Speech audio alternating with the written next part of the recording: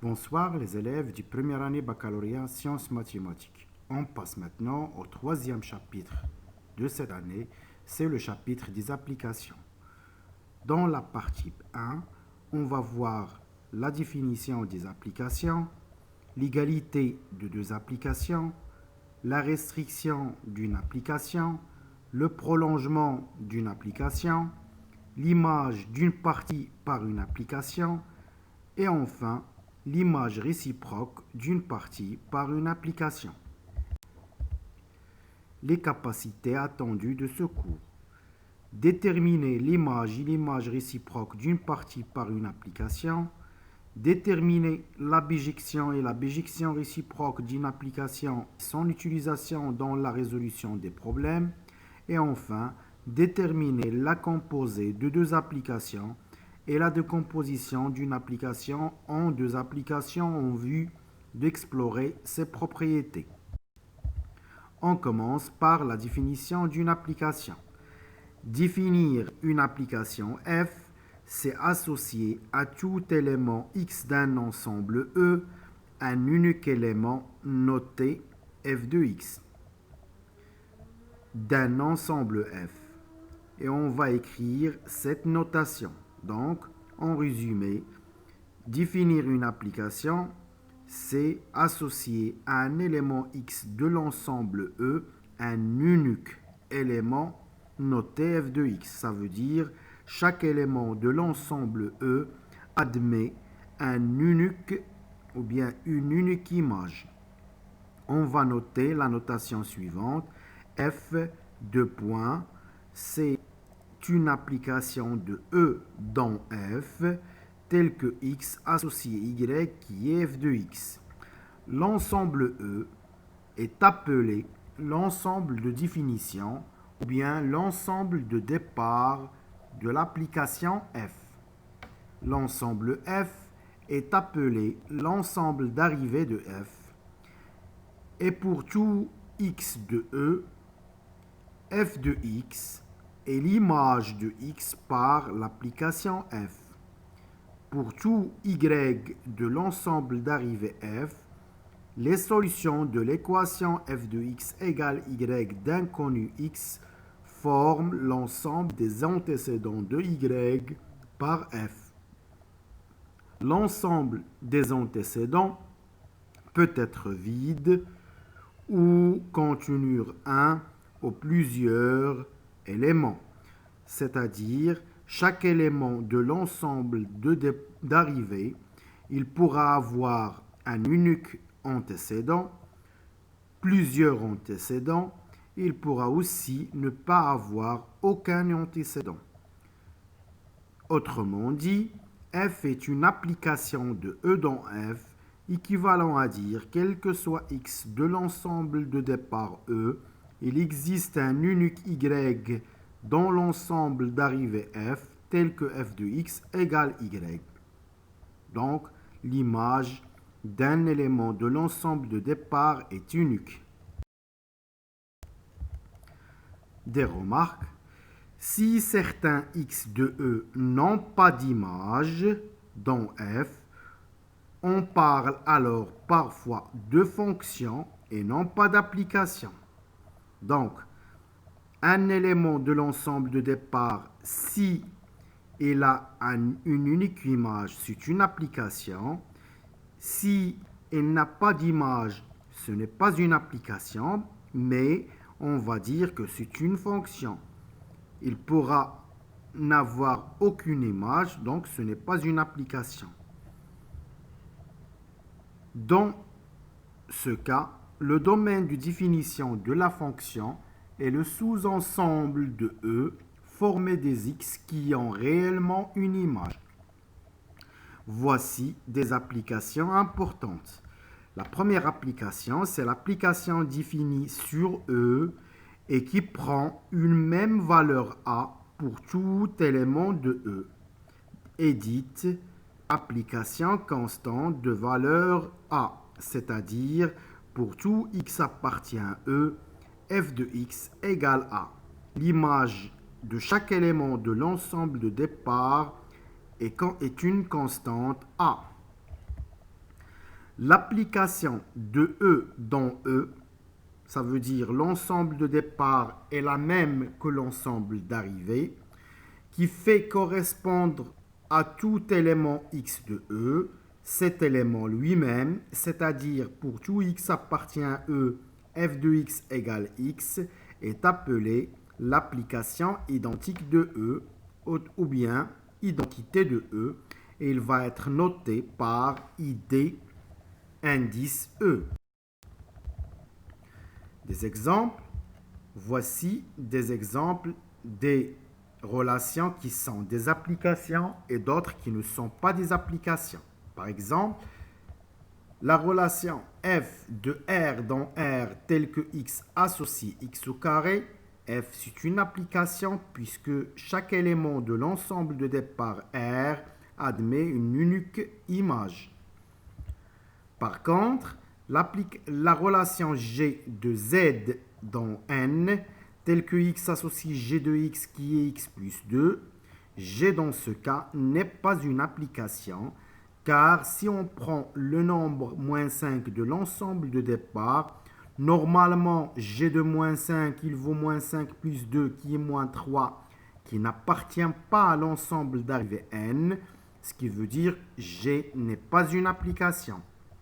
La relation de R dans R telle que x associé à h de x qui vaut 2 sur x moins 1 aussi n'est pas une application car l'élément 1 de l'ensemble de départ n'admet pas d'image par h. Si on schématise ou bien on a schématisé c'est qu'entre une application f définie sur l'ensemble E qui contient les éléments 1, 2, 3, 4 et A valeur dans F qui contient les éléments A, B, C, D. On constate ici que l'image de 3 par F, c'est A. Donc ici, c'est une application puisque chaque élément de l'ensemble de départ E admet une unique image. L'image de 1, c'est A. L'image de 2, c'est C. L'image de 3, c'est A. L'image de 4, c'est C. Donc l'image de 3 par F, c'est A.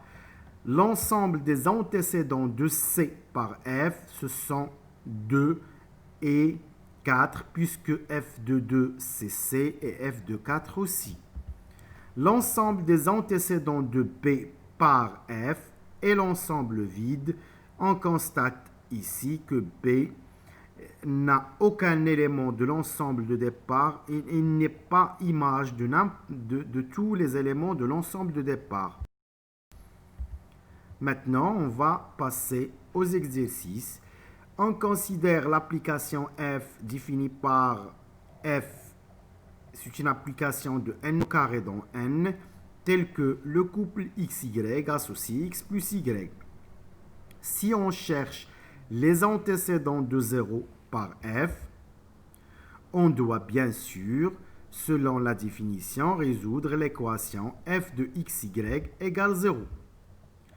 Cela veut dire que x plus y égale 0, donc y c'est moins x. Donc l'ensemble des antécédents de 0 par f, c'est l'ensemble des couples xy tels que y égale moins x, ou bien on remplace y par moins x, donc ça va donner l'ensemble des couples x moins x, tels que x dans n et moins x aussi. Puisque x appartient à n, c'est-à-dire x est positif, moins x est dans n, ça veut dire moins x est positif, qui va donner que x est négatif. Le seul élément qui est positif et négatif en même temps, c'est 0, d'où x égale 0. Donc, l'ensemble des antécédents de 0 par f, c'est l'ensemble qui contient l'élément 0, 0. Si on cherche maintenant les antécédents de 2, on doit bien sûr résoudre l'équation f de x, y égale 2. C'est-à-dire x plus y égale 2, alors y égale moins x. Et par suite, l'ensemble des antécédents de 2 par cette application, c'est l'ensemble des couples xy tels que xy dans n. Puisque y égale 2 moins x, alors l'ensemble des couples x 2 moins x tels que x appartient à n et 2 moins x aussi. Puisque x appartient à n, ça veut dire x est positif. 2 moins x dans n est aussi, donc aussi 2 moins x est positif, ce qui veut dire que x est inférieur à 2. Alors, les entiers naturels qui sont positifs, supérieurs ou égal à 0 et inférieurs ou égal à 2, ils sont 0, 1 et 2. Donc, les valeurs possibles de x sont 0, 1 et 2. Alors, l'ensemble des antécédents de 2 sont les couples 0, 2 moins 0 qui est 0, 2 et 1, 2 moins 1 qui va donner le couple 1, 1 et 2, 2 moins 2 qui vaut 0, ça veut dire 2, 0. Le couple c'est l'autre couple qui est antécédent de 2. Voici l'explication. C'est-à-dire, l'ensemble des antécédents de 2 par f sont les couples 0, 2, 1, 1 et 2, 0. Maintenant, pour chercher l'ensemble des couples des antécédents de 3, on doit résoudre l'équation f de xy égale 3, c'est-à-dire x plus y égale 3, qui va donner y égale 3 moins x. Et par suite, l'ensemble des antécédents de 2 par f, qui sont l'ensemble des couples xy, bien sûr avec y égale 3 moins x, c'est-à-dire l'ensemble des couples x, 3 moins x, tels que x dans n et 3 moins x aussi. Puisque x appartient à n, cela veut dire que x est positif. 3 moins x appartient à n, ce qui veut dire que si 3 moins x est positif, qui va donner que x est inférieur ou égal à 3. Donc les valeurs possibles de x sont 0, 1, 2, 3. Pour x égale 0, 3 moins x va donner 3. C'est le premier couple, 0, 3. Pour x égale 1, on va trouver 1, 3 moins 1 qui est 2, donc 1, 2. Pour x égale 2, le couple suivant, c'est 2, 3 moins 2 qui est 1, donc 2, 1. Et le dernier couple, c'est 3, 3 moins 3, qui va donner le couple 3, 0. Maintenant, on considère la proposition P suivante. Pour tout A et B appartient à n au carré et C et D dans n au carré, f de AB égale f de CD implique que AB égale CD. On cherche la négation de cette proposition qui va donner, il existe A, B appartient à n au carré et il existe CD dans n au carré. On sait tous que P implique Q, c'est non P ou Q. Donc sa négation, c'est P et non Q, qui va donner ici f de AB égale f de CD et AB différente à CD. Donc, pour montrer que la proposition P est fausse, on doit montrer que non P est vrai. Donc, si on arrive à trouver deux couples AB et CD tels qu'ils ont la même image, mais ils sont différents, ici, selon ce qui précède, puisque les antécédents de 3 sont 0, 3, 1, 2, 2, 1 et 3, 0, on va choisir deux couples. Ici, on a choisi le couple 1, 2 et le couple 2, 1. On sait tous que f de 1, 2 égale à f de 1, qui vont bien sûr 3. Et 1, 2, le couple 1, 2 est différent au couple 2, 1, ce qui veut dire que cette proposition, bien la négation de P est vraie, alors P est fausse. Maintenant, on va passer à l'égalité de deux applications. Soit F, une application de E dans F, et G, une application de E' dans F'. On a les deux applications F et G sont égaux, équivalents à dire, ils ont le même ensemble de départ, le même ensemble d'arrivée, et pour tout x dans E, f de x égale g de x. F de x égale g de x n'est pas suffisante pour dire que les deux applications sont égaux. Il faut aussi qu'ils ont le même ensemble de départ et le même ensemble d'arrivée. Maintenant, on va passer à l'image directe et l'image réciproque d'une partie par un ensemble. La définition, soit une partie de E, on appelle image directe de la partie A le sous-ensemble de f noté f de A, qui est défini par f de A, c'est l'ensemble des y dans f, tel qu'il existe x dans A avec y égale f de x. Ce qu'on écrit rapidement, f de A, c'est l'ensemble des f de x tel que x dans A.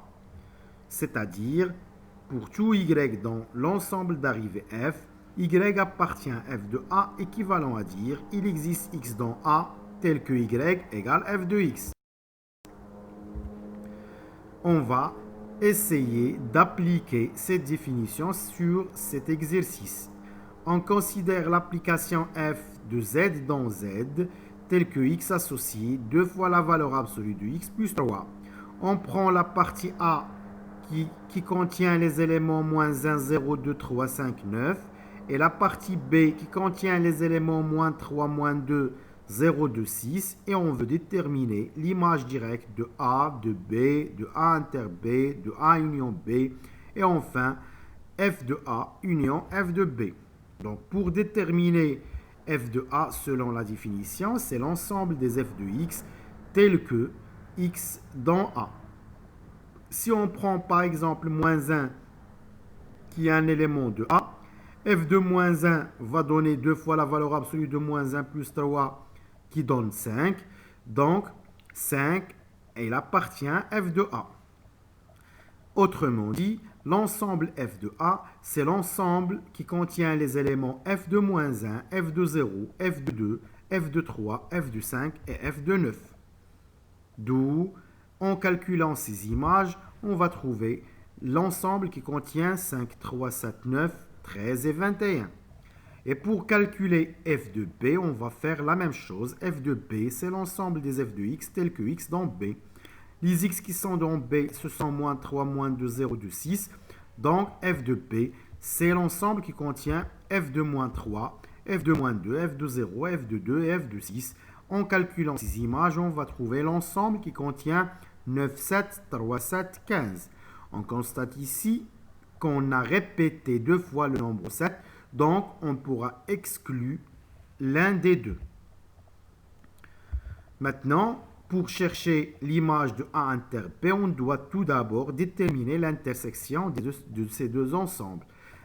Les éléments qui sont à la fois dans A et dans B, ce sont 2, 0 et 2. Alors A inter B, c'est l'ensemble qui contient ces deux éléments. Donc f de A inter B, c'est l'ensemble qui contient f de 0 et f de 2.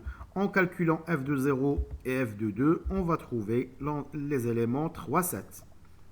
Et pour déterminer l'image de A union B, on cherche tout d'abord l'ensemble A union B qui va rassembler tous les éléments de A et de B. Bien sûr, il ne faut pas répéter des éléments qui se répètent. Donc, A union B il contient moins 3, moins 1, moins 2, 0, 2, 3, 5, 6 et 9. Et par suite, l'image directe de A union B, c'est l'ensemble qui contient f de ces éléments. On va trouver f de A union B, c'est 9, 7, 5. C'est l'ensemble qui contient ces éléments 9, 7, 5, 3, 13, 15 et 21. Maintenant, puisqu'on a f de A qui contient 5, 3, 7, 9, 13, 21, et on a f de B qui contient 9, 7, 3, 15, donc f de A union f de B, il va rassembler ces éléments. Bien sûr, il ne faut pas répéter les éléments qui sont affichés deux fois au plus. Donc, f de A union f de B, il contient les mêmes éléments de f de A union B, ce qui veut dire que f de A union f de B égale f de A union B. Des propriétés importantes qui utilisent l'image directe, soit f une application de E dans f, A et B deux parties de E, on a f de A est toujours inclus dans l'ensemble d'arrivée de cette application. Si A est inclus dans B, alors f de A est inclus dans f de B. F de A union f de B égale à f de A union f de B. Et enfin, f de a inter p est inclus dans f de a inter f de p. Il n'y a pas ici toujours l'égalité. Ces propriétés sont faciles à démontrer. On va essayer de démontrer quelques-uns dans la classe. Maintenant, on va essayer de répondre à cet exercice. On considère l'application f de R privé de moins 2 dans R, tel que x associé de x moins 3 sur x plus 2. Premièrement, on va vérifier que pour tout x dans R privé de moins 2, une nouvelle forme de f de x qui est 2 moins 7 sur x plus 2. Puis on va essayer de déterminer l'image directe de l'intervalle moins 2 plus l'infini et l'image directe de moins l'infini moins 2 union 1, 3. Donc, avant de commencer la réponse de cet exercice, on va vous rappeler de quelques stratégies de raisonnement. Alors, pour montrer que A égale B, on a deux méthodes possibles. La première méthode, c'est le passage par équivalence successive. On prend un x dans A et on passe par équivalence. Et si on trouve x dans B, alors A égale B. La deuxième méthode, il utilise la double inclusion. C'est-à-dire, pour montrer que A égale à B, on montre que A est inclus dans B, puis on montre que B est inclus dans A. Pour montrer que A est inclus dans B, c'est la première inclusion. On prend un x dans A et on passe par implication. Et si on trouve x dans B, cela veut dire que A est inclus dans B. Puis on va démontrer l'inclusion réciproque. Ça veut dire on prend x dans B maintenant et on passe par implication. Et si on arrive à trouver que x est dans A, cela veut dire que B est inclus dans A. Les deux résultats vont donner que A égale à B. Maintenant, pour montrer que f de A est inclus dans B, aussi on a deux méthodes possibles.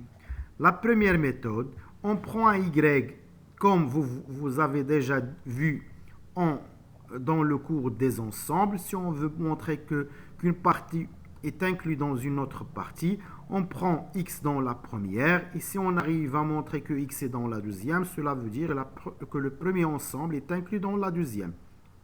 Donc, on prend un y appartient f de A. Selon la définition de l'image directe, ça veut dire qu'il existe x dans A tel que y égale f de x.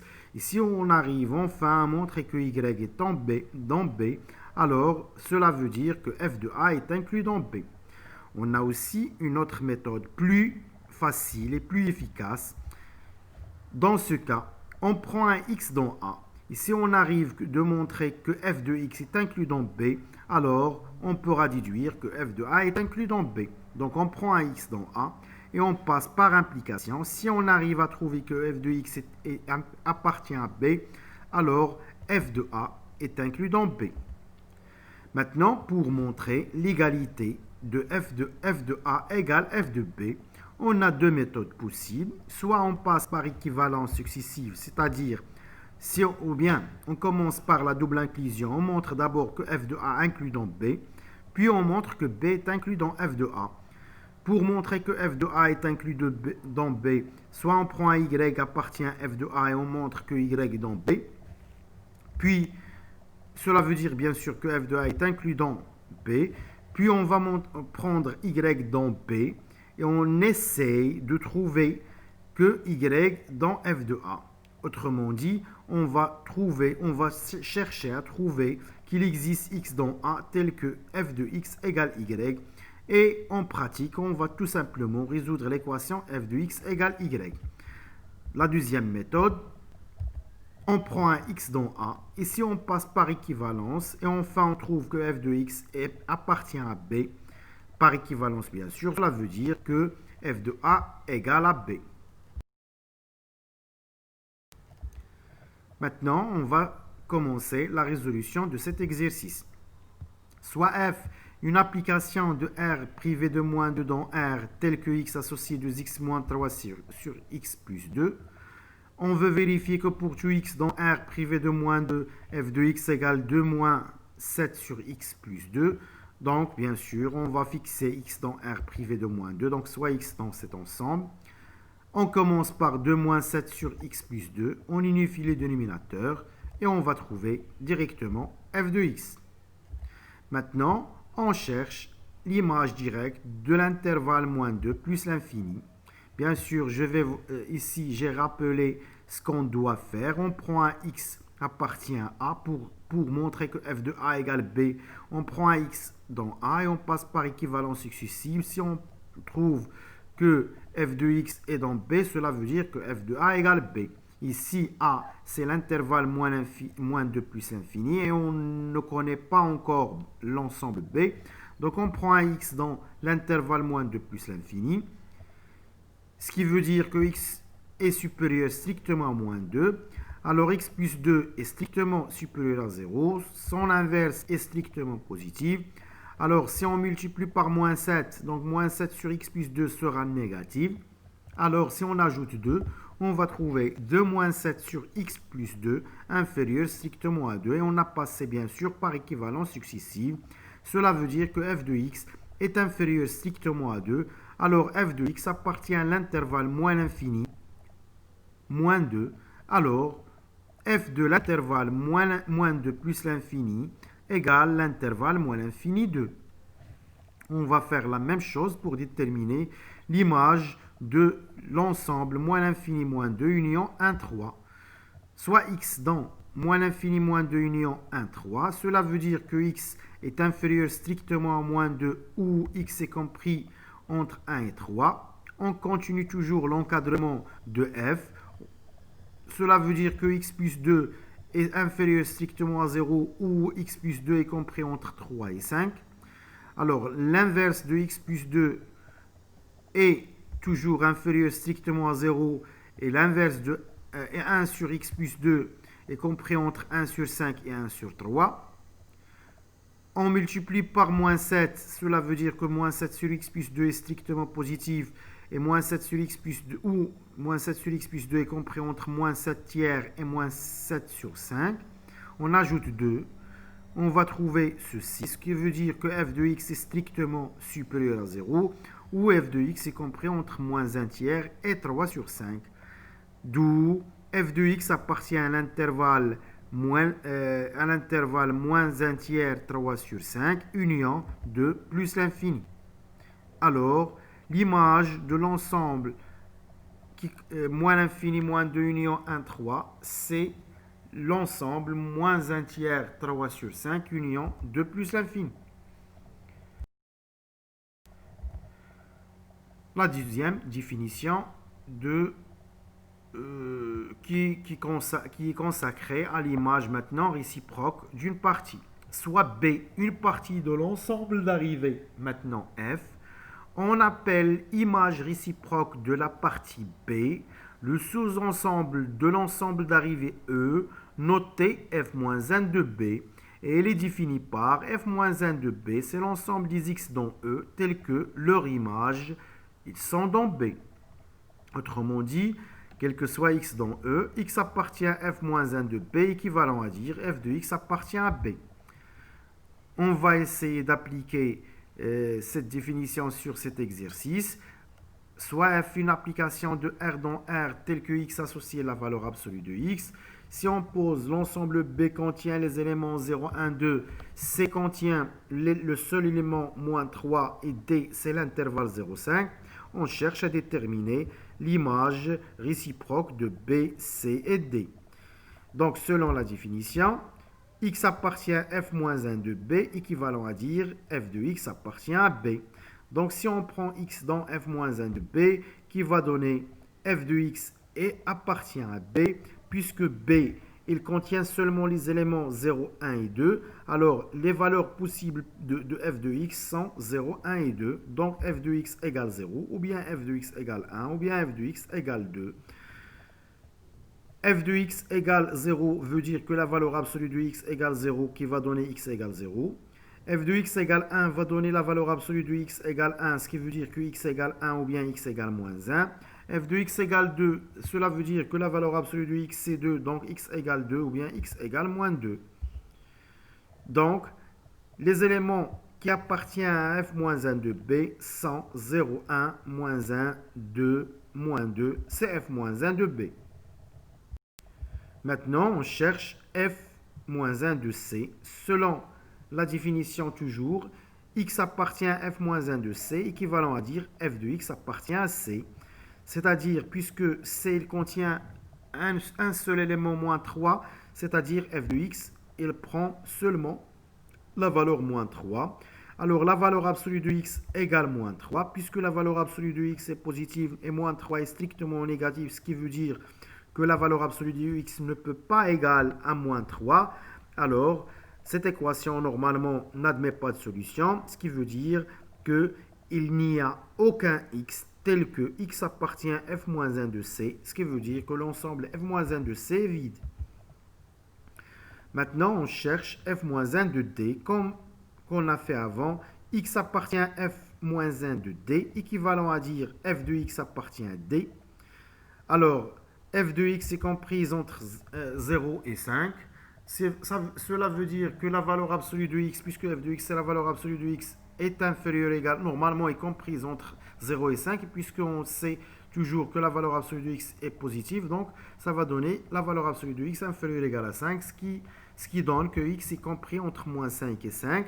Alors x appartient à l'intervalle moins 5, 5. Puisqu'on a commencé par x appartient à f-1 de d, on a trouvé par équivalence que x est dans moins 5, l'intervalle moins 5, 5 fermé. Alors f-1 de d, c'est l'intervalle moins 5, 5. Des propriétés pour l'image réciproque. On va aussi les démontrer, ou bien de choisir quelques-uns parmi ces propriétés et les démontrer dans la classe. Soit f une application de E dans f, a et b de partie de f, on a f-1 de a est bien sûr toujours inclus dans l'ensemble de départ, E. Si a est inclus dans b, alors f-1 de a est inclus dans f-1 de b. f-1 de a union b, c'est f-1 de a union f-1 de b. f-1 de a inter b égale à f-1 de a inter f-1 de b. Si a est inclus dans b, alors f-1 de b moins a égale f-1 de b moins f-1 de a. Et enfin, f de f-1 de a est toujours inclus dans a. Maintenant, le prolongement et la restriction d'une application. La définition, soit f une application de E dans, soit f une application de E dans f et a une partie de E, on appelle restriction de f à la partie A, l'application notée f est dans l'indice /a, définie par f/a, c'est la même application précédente de f, en changeant l'ensemble de départ et on va mettre a au lieu de E. Donc, f, la restriction de f en A, c'est l'application de A dans f, telle que x associé à f de x. L'ensemble de départ de f, de la restriction de f en A, c'est A. Par exemple, si on considère l'application f de R dans R, telle que x associé à la valeur absolue de x, la restriction de f sur R- en changeant l'ensemble de départ en R- et puisque si x appartient à R-, alors x est négatif, donc la valeur absolue de x c'est moins x. Et si la restriction de f en R+, ça veut dire on change l'ensemble de départ en R+, et puisque x appartient à R+, ce qui veut dire que la valeur absolue de x c'est x. Maintenant, on va passer au prolongement. Soit f une application de E dans f, et x un ensemble tel que E tel que E inclus dans X, donc c'est un ensemble plus grand que E qui contient E. Si on veut prolonger l'ensemble de départ en X, on dit que l'application G de X dans F, donc on a augmenté l'ensemble de départ, s'appelle le prolongement, bien un prolongement de F. Bien sûr, on dit que cette application G de X dans F est un prolongement de F si sa restriction en E et l'application f. Par exemple, si on considère l'application f de R+ dans R telle que x associé racine de x, si on veut prolonger l'ensemble de départ R plus en R. Cela veut dire que racine de x n'est pas toujours définie puisque dans R, il y a des éléments négatifs. Donc, des fois, racine de x n'existe pas. Pour cela, on va choisir l'application G de R dans R telle que x associé racine de la valeur absolue de x. C'est un prolongement de f en R. Un exercice, soit f une application de R dans R telle que f de x égale x au carré moins 2x.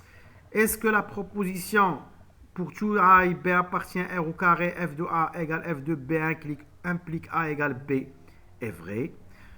Puis on va montrer que la restriction de f sur l'intervalle 1 plus l'infini vérifie l'application suivante, ou bien précédente. La proposition est là. Pour montrer, on va montrer que c'est une application, que cette application n'est pas vraie. Pour cela, c'est l'application. On va nommer cette application par P. On cherche sa négation.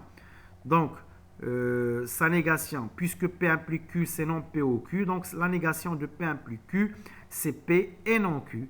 Donc, la négation de P, c'est il existe A, B appartient à R au carré, tel que f de A égale f de B, et A est différente à B.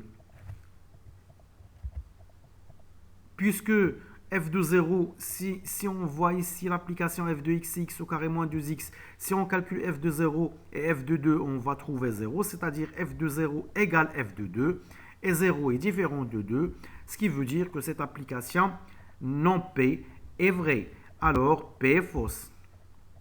Maintenant, cette proposition deviendra vraie lorsqu'on change R au carré.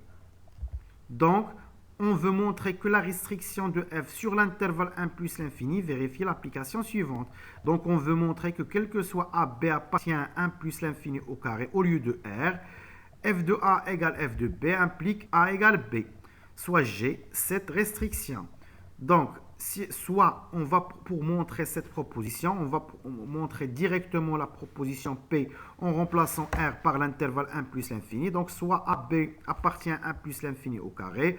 On suppose que F de A ou bien que G de A égale G de B, ce qui veut dire que A au carré moins 2A égale B au carré moins 2B. En passant B au carré moins 2B à l'autre côté, on va trouver ceci. A au carré moins B au carré, c'est une identité remarquable qui va donner A moins B facteur de A plus B. Puis on va factoriser par moins 2. Ça va donner moins 2 facteur de A moins B. En factorisant maintenant par A moins B, on va trouver A moins B facteur de A plus B moins 2 égale 0. Alors A moins B égale 0 qui va donner A égale B ou A plus B moins 2 égale 0. On commence maintenant, on termine cette démonstration par l'absurde, ça veut dire puisqu'on veut montrer que A égale B, on va supposer le contraire. Ça veut dire si A est différent à B, et puisque A et B appartiennent à l'intervalle 1 plus l'infini au carré, alors A est supérieur ou égal à 0 et B supérieur ou égal à 0. Alors A plus B est supérieur ou égal à 2, strictement à 2, désolé, puisque le seul cas où A plus B égale 2, c'est le cas où A et B sont égaux. A égale à B égale à 1. C'est le seul cas où il y a supérieur ou égal. Ici, puisqu'on a A est différent à B, cela veut dire que A plus B est strictement supérieur à 2. Alors A plus B moins 2 est strictement supérieur à 0. Ce qui veut dire que A plus B moins 2, ou bien cela veut dire que c'est une contradiction avec le fait que A plus B moins 2 égale 0, d'où A égale à B. Donc, l'application P est fausse lorsque l'ensemble de départ c'est R et elle sera vraie lorsqu'on change l'ensemble de départ en 1 plus l'infini. On passe maintenant à l'exercice 6. On considère l'application f de R dans R telle que x associe x sur 1 plus la valeur absolue de x. On veut montrer d'abord que f de R est inclus dans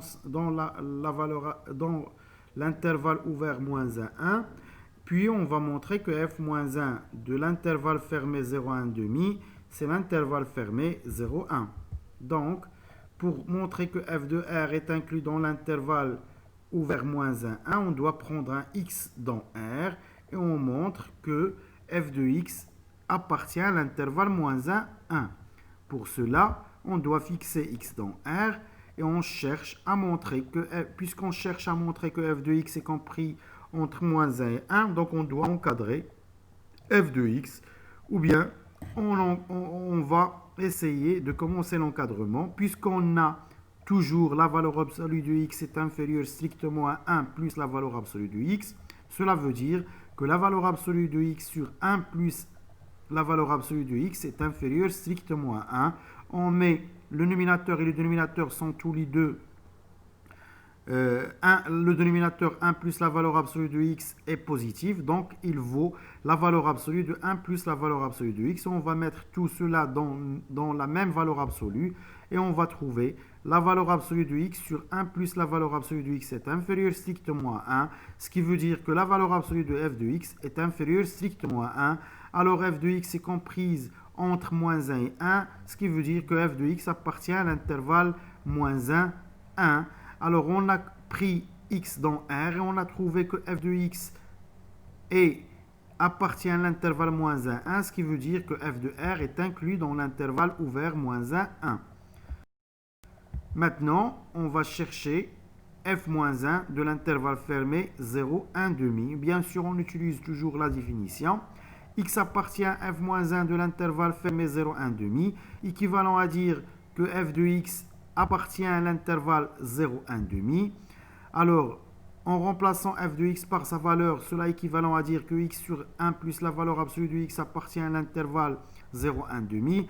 Ce qui veut dire, puisque le dénominateur 1 plus la valeur absolue de x est positif, et x sur 1 plus la valeur absolue de x, puisqu'il appartient à l'intervalle 0, 1 demi, donc il est aussi positif, ce qui veut dire que x est positif.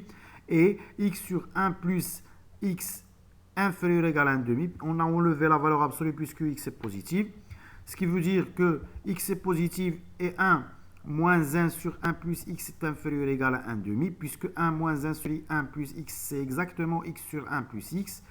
En passant 1 sur 1 plus x à l'autre côté et 1 demi à l'autre côté, on va trouver que x est supérieur ou égal à 0 et 1 sur 1 plus x est supérieur ou égal à 1 demi, ce qui veut dire que x est supérieur ou égal à 0 et 1 plus x est inférieur ou égal à 2. Donc x est supérieur ou égal à 0 et x inférieur ou égal à 1, ce qui veut dire que x est compris entre 0 et 1. Donc on a pris x appartient à f moins 1 de l'intervalle fermé 0, 1 demi, et on a passé par équivalence et on a trouvé que x appartient à l'intervalle 0, 1, ce qui veut dire que f moins 1 de l'intervalle fermé 0, 1 demi, c'est exactement l'intervalle fermé 0, 1.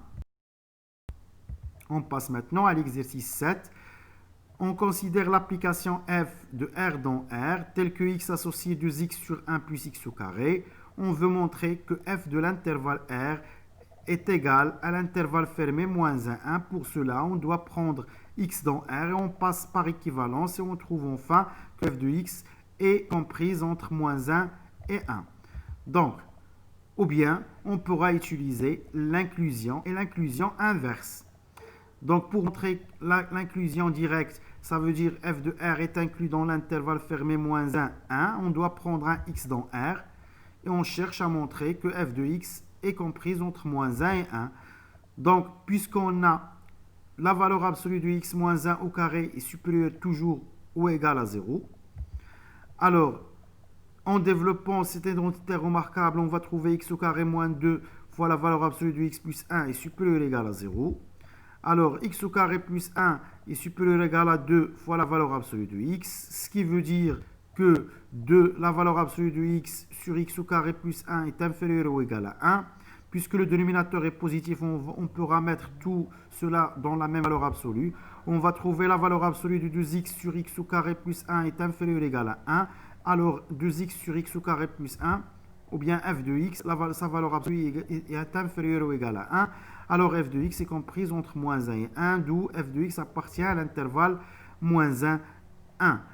On a pris x dans R, on a trouvé f de x appartient à l'intervalle fermé moins 1, 1, ce qui veut dire que f de R est inclus dans cet intervalle.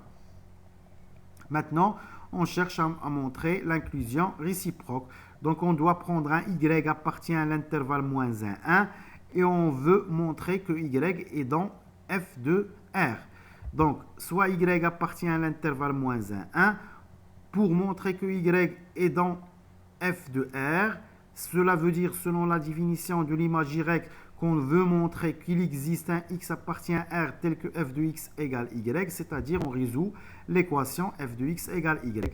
Donc f de x égale y, équivalent à dire, en remplaçant f de x par sa valeur qui est 2x sur 1 plus x au carré égale y, en passant 1 plus x au carré à l'autre côté, ça va donner 2x égale y plus yx au carré. On passe tous ces éléments à un seul côté, on va trouver x au carré moins 2x plus y égale 0, qui est une équation de second degré d'inconnu x, puisqu'on cherche x. Bien sûr, pour résoudre cette équation, on utilise le discriminant delta qui vaut moins 2 au carré, qui est 4, moins 4 fois y qui est moins 4 fois y au carré. En factorisant par 4, on va trouver le delta, c'est 4 facteurs de 1 moins y au carré, qui est bien sûr supérieur ou égal à 0, puisque y appartient à l'intervalle moins 1, 1, ce qui veut dire que y au carré est inférieur ou égal à 1, alors moins y au carré est supérieur ou égal à moins 1. Si on ajoute 1 dans les deux côtés, on va trouver 1 moins y au carré est positif, ce qui veut dire que cette équation admet au moins une solution. Donc, l'intervalle moins 1, 1 est inclus dans f de R. Donc, on a pris y dans l'intervalle moins 1, 1 et on cherche est-ce qu'il existe, est-ce que y est dans f de R, c'est-à-dire est-ce qu'il existe un x dans R tel que f de x est égal y. On a trouvé que cette équation admet au moins une solution, ce qui est le cas, d'où l'existence. Donc, l'intervalle moins 1, 1 est inclus dans f de R. On a montré l'inclusion directe et l'inclusion réciproque, d'où l'égalité.